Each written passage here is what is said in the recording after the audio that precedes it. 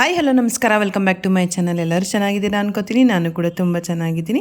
ಇವತ್ತಿನ ದಿನನ ನಾನು ಜೀರಿಗೆ ನೀರು ಕುಡಿಯೋದ್ರಿಂದ ಸ್ಟಾರ್ಟ್ ಮಾಡ್ತಾ ಇದ್ದೀನಿ. ಇದರಿಂದ ಮೆಟಬಾಲಿಸಮ್ ತುಂಬ ಇಂಪ್ರೂವ್ ಆಗುತ್ತೆ. ಆಮೇಲೆ ಈ ಥರ ತರಕಾರಿ ಎಲ್ಲ ಕಟ್ ಮಾಡ್ಕೊಂಡು ಇಟ್ಕೊಂಡಿದ್ದೀನಿ. ಇವತ್ತು ನಾನು ಶಾವಿಗೆ ಉಪ್ಪಿಟ್ಟು ಮಾಡ್ಕೊಳ್ಳೋಣ ಅಂತ ಹೇಳಿ ಈ ಥರ ಯಾವುದೇ ತರಕಾರಿ ಇತ್ತು ಅದೆಲ್ಲ ನೀಟಾಗಿ ಕಟ್ ಮಾಡಿಕೊಂಡು ಸಾಂಬಾರು ಸೊಪ್ಪೆಲ್ಲ ಕಟ್ ಮಾಡ್ಕೊತಾ ಇದ್ದೀನಿ. ಕಟ್ ಮಾಡೋದೆಲ್ಲ ಆದಮೇಲೆ ಸ್ವಲ್ಪ ಇದು ವಾಟರ್ ಆರೋಗಿತ್ತು, ಅದನ್ನ ಕುಡ್ಕೋತಾ ಇದ್ದೀನಿ. ಆಮೇಲೆ ಈಗ ಇದನ್ನೆಲ್ಲ ಒಗ್ಗರಣೆಗೆ ಹಾಕೋತಾ ಇದ್ದೀನಿ. ಬೇಗ ಬೇಗ ಮಕ್ಕಳು ಎದ್ದೇಳ್ತವೆ ಅನ್ನೋ ಟೆನ್ಷನಲ್ಲಿ ಬೇಗ ಬೇಗ ತಿಂಡಿ ಮಾಡಬೇಕು ಅಂತ ಹೇಳಿ ಈ ಥರ ಫಸ್ಟು ಶಾವಿಗೆ ಉಪ್ಪಿಟ್ಟು ಮಾಡ್ಕೋತಾ ಇದ್ದೀನಿ. ಶಾವಿಗೆ ಉಪ್ಪಿಟ್ಟು ಮಾಡೋದು ಹೇಗೆ ಅಂತ ನಿಮಗೆ ಎಲ್ಲ ಗೊತ್ತೇ ಇರುತ್ತೆ ಅನ್ಕೋತೀನಿ. ಅದಕ್ಕೋಸ್ಕರ ನಾನು ಇಲ್ಲಿ ರೆಸಿಪಿ ಹಾಕ್ತಾಯಿಲ್ಲ, ಬಟ್ ಏನು ತಿಂಡಿ ಮಾಡಿಕೊಂಡೆ ಅಂತ ಹೇಳಿ ಹಾಕ್ತಾಯಿದ್ದೀನಿ. ಸ್ವಲ್ಪ ಹೊತ್ತು ಅಳ್ಳಕ್ಕೆ ಬಿಟ್ಟೆ ಅದು ಅಳ್ಕೊಳ್ಳಿ ಅಂತ ಹೇಳಿ. ಅದಾದಮೇಲೆ ಸ್ವಲ್ಪ ಆರಿದ್ಮೇಲೆ ಸ್ವಲ್ಪ ನಿಂಬೆಹಣ್ಣು ಹಾಕಿ ಫಸ್ಟ್ ನಾನು ಬ್ರೇಕ್ಫಾಸ್ಟ್ ತಿನ್ಕೊಂಡ್ಬಿಟ್ಟಿದ್ದೆ. ಮಕ್ಕಳಿನ್ನೂ ಎದ್ದಿರಲಿಲ್ಲ.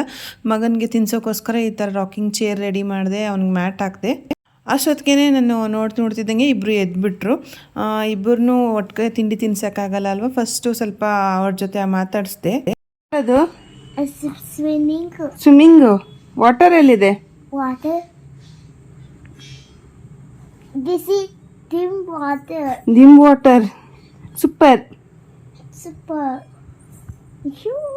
ನನ್ನ ಮಗಳು ಸ್ವಲ್ಪ ಆಟ ಆಡ್ತಾಯಿದ್ಲು. ಅಷ್ಟೊತ್ತಿಗೆ ಪಾಪುಗೆ ತಿಂಡಿ ತಿನ್ನಿಸ್ಬಿಡೋಣ ಅಂತೇಳಿ ಅದಕ್ಕೋಸ್ಕರ ಫಸ್ಟ್ ಈ ಥರ ಟಾಯ್ಸ್ನೆಲ್ಲ ನಾನು ನೀಟಾಗಿ ತೊಳ್ಕೊಬೇಕು ಅಂತ ಹೇಳಿ ಎತ್ಕೋತಾ ಇದ್ದೀನಿ. ಅವನು ತಿನ್ಸೋವಾಗ ಅವ್ನ ಕೈಗೆ ಒಂದೆರಡು ಏನಾದ್ರು ಕೊಟ್ಟರೆ ಮಾತ್ರ ಅವ್ನು ನೀಟಾಗಿ ತಿಂತಾನೆ. ಅದಕ್ಕೋಸ್ಕರ ಈ ಥರ ಸ್ವಲ್ಪ ಹೊತ್ತು ಬಿಸಿನೀರಲ್ಲಿ ಬಿಟ್ಟೆ. ಆಮೇಲೆ ಅವನಿಗೆ ಕುಡಿಯೋಕ್ಕೆ ನೀರು ಕೂಡ ಹಾಕ್ಕೊಂಡೆ. ಅದಾದಮೇಲೆ ಸ್ವಲ್ಪ ಬಿಸಿನೀರು ಕುಡಿಯೋಕ್ಕೋಸ್ಕರ ಕಾಯಿಸ್ಕೊಂಡೆ.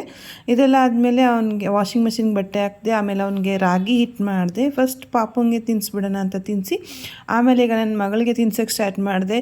ಇದಕ್ಕಿಂತ ದೊಡ್ಡ ಕೆಲಸ ನನಗೆ ಬೇರೆ ಒಂದಿಲ್ಲ ಅಂತ ಅನಿಸುತ್ತೆ. ಯಾಕಂದರೆ ಅವಳು ಬೇಗ ತಿನ್ನೋದಿಲ್ಲ, ತುಂಬ ಸ್ಲೋ ತಿಂತಾಳೆ. ಮೊದಲಿಗೆಲ್ಲ ಸ್ವಲ್ಪ ಚೆನ್ನಾಗಿ ತಿಂತಾಯಿದ್ಲು, ಬಟ್ ಈಗಂತೂ ತಿನ್ಸೋದು ತುಂಬಾ ಕಷ್ಟ ಆಗಿಬಿಟ್ಟಿದೆ. ಯಾವ್ದಾದ್ರು ಒಂದು ಸ್ವಲ್ಪ ಟಿ ವಿ ಹಾಕಲೇಬೇಕು. ಟಿ ವಿ ಹಾಕದೆ ಹೋದರೆ ಅವಳು ತಿನ್ನೋದೇ ಇಲ್ಲ. ಮೊದಲು ಟಿ ವಿ ಹಾಕಿದರೆ ಟಿ ವಿ ನೋಡಿಕೊಂಡು ಆರಾಮಾಗಿ ತಿಂತಾಯಿದ್ಲು. ಬಟ್ ಈಗ ಹೆಂಗೆ ಅಂದರೆ ಒಂಥರ ಬಾಯಲ್ಲೇ ಇಟ್ಕೊಂಡು ಕುತ್ಕೊಂಡ್ಬಿಡ್ತಾಳೆ. ತುಂಬಾ ಕಷ್ಟ ಆಗುತ್ತೆ. ನಂಗೆ ಬೇರೆ ಆಫೀಸ್ಗೆ ಟೈಮ್ ಬೇರೆ ಆಗ್ತಾಯಿದೆ. ಆಫೀಸ್ ಕೆಲಸ ಸ್ಟಾರ್ಟ್ ಮಾಡಬೇಕು. ಅದಕ್ಕೂ ಮುಂಚೆ ಅವ್ರ ಮ್ಯಾಮ್ ಒಂದು ಸಲ ಸ್ಕೂಲಿಗೆ ಕರ್ಕೊಂಬರೋಕ್ಕೆ ಹೇಳಿದ್ರು. ಈಗ ಒಂದು ಸ್ವಲ್ಪ ದಿವಸದಿಂದ ಅವಳು ಸ್ಕೂಲ್ಗೆ ಹೋಗಿಲ್ಲ, ಆದರೂ ಕರ್ಕೊಂಬನ್ನಿ ಅಂತ ಹೇಳಿದರು.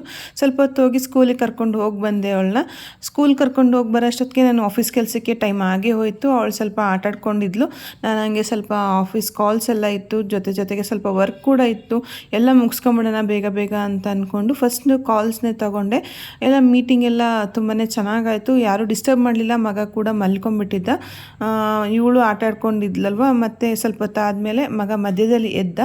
ಅದರಲ್ಲೇ ಅವನು ಎತ್ಕೊಂಡು ಹಂಗಂಗೆ ಮ್ಯಾನೇಜ್ ಮಾಡಿಕೊಂಡು ಸ್ವಲ್ಪ ಕಾಲೆಲ್ಲ ಮುಗಿಸ್ಕೊಂಡಾದ್ಮೇಲೆ ಮತ್ತೆ ಮಗ ಮಲ್ಕೋಬೇಕು ಅಂತ ಅಳ್ತಾ ಇದ್ದ. ಸೊ ಅದಕ್ಕೋಸ್ಕರ ಮಗಳಿನ್ನೂ ಆಟ ಆಡ್ತಾ ಇದ್ಲಲ್ಲ, ಅವಳನ್ನ ಆಟಾಡಕ್ಕೆ ಬಿಟ್ಟು ಇವನ್ನ ಮಲಗಿಸ್ತಾ ಇದ್ದೀನಿ. ಇವನು ಮಲ್ಕೊಂಡ್ರೂ ಸ್ವಲ್ಪ ಆರಾಮಾಗಿ ಕೆಲಸಗಳನ್ನ ಮಾಡ್ಕೋಬೋದು. ಮಗ ಮಲಗ್ತಿದ್ದಂಗೆ ಎಲ್ಲ ಆಚೆ ಹಾಕಿರೋ ಬಟ್ಟೆಗಳೆಲ್ಲ ತೆಗೆದೆ. ಯಾಕಂದರೆ ಬೇರೆ ಬಟ್ಟೆಗಳು ಹಾಕೋಕ್ಕೆ ಜಾಗ ಬೇಕಿತ್ತು. ಅದೆಲ್ಲ ಆಗೋ ಅಷ್ಟರಲ್ಲಿ ಪಾಪು ಬಟ್ಟೆ ವಾಶ್ ಆಗಿತ್ತು. ಈಗ ಪಾಪು ಬಟ್ಟೆನ ನಾನು ಫಸ್ಟು ಒಣಗಾಕ್ತಾ ಇದ್ದೀನಿ. ನೆಕ್ಸ್ಟ್ ಈಗ ಇದು ಪಾಪು ಬಟ್ಟೆ ಆದಮೇಲೆ ನಮ್ಮ ಬಟ್ಟೆ ಒಣಗಾಕಬೇಕು, ಮತ್ತು ಆಫೀಸ್ ಕೆಲಸ ಕಂಟಿನ್ಯೂ ಮಾಡಬೇಕು. ಇದೇ ಥರ ಆಫೀಸ್ ಕೆಲಸದ ಮಧ್ಯದಲ್ಲಿ ಏನೇನಾದ್ರು ಮಾಡ್ಕೋತಾ ಇರ್ತೀನಿ. ಆಮೇಲೆ ಈ ಥರ ಒಂದು ಬೀಟ್ರೂಟ್ನ ಬೇಯಕ್ಕೆ ಹಾಕಿದೆ. ಅದಾದಮೇಲೆ ನಮ್ಮ ಬಟ್ಟೆಗಳನ್ನೂ ಕೂಡ ವಾಷಿಂಗ್ ಮೆಷಿನ್ಗೆ ಹಾಕಿದೆ. ಏನು ಮಾಡ್ತಾ ಇದೀಯಾ?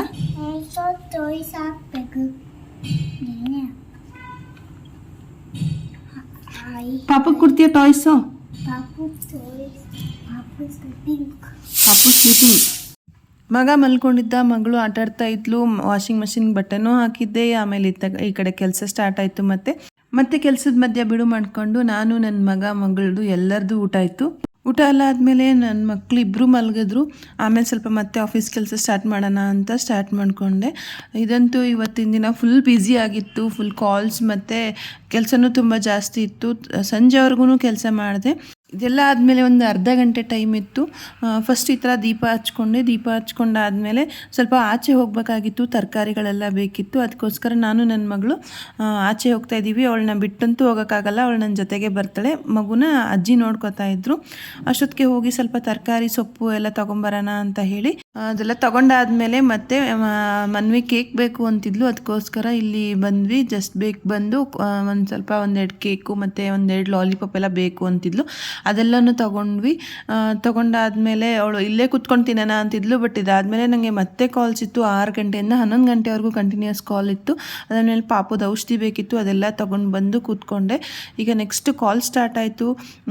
ಕಾಲ್ ಸ್ಟಾರ್ಟ್ ಆದಮೇಲೆ ಫುಲ್ ಬ್ಯುಸಿ. 6 ಗಂಟೆಯಿಂದ 11 ಗಂಟೆವರೆಗೂ. ಸಂಜೆ ಮೇಲೆ ನಮ್ಮ ಅತ್ತೆ ಮತ್ತು ಅಜ್ಜಿ ಎಲ್ಲ ಬಂದಿದ್ದರು. ಅವರು ಮಕ್ಕಳನ್ನ ನೋಡ್ಕೊತಾ ಇದ್ರು. ಅವ್ರಿಗೆ ಊಟಕ್ಕೆಲ್ಲ ಅವರೇ ಮಾಡಿಸ್ತಾ ಇದ್ರು. ನನಗಂತೂ ಫುಲ್ ಬ್ಯುಸಿಡಿ ಆಗಿಬಿಟ್ಟಿತ್ತು. ಫುಲ್ ಕಂಟಿನ್ಯೂಸ್ ಕಾಲ್. ನನಗಂತೂ ತಲೆನೋವೇ ಬಂದುಬಿಟ್ಟಿದೆ.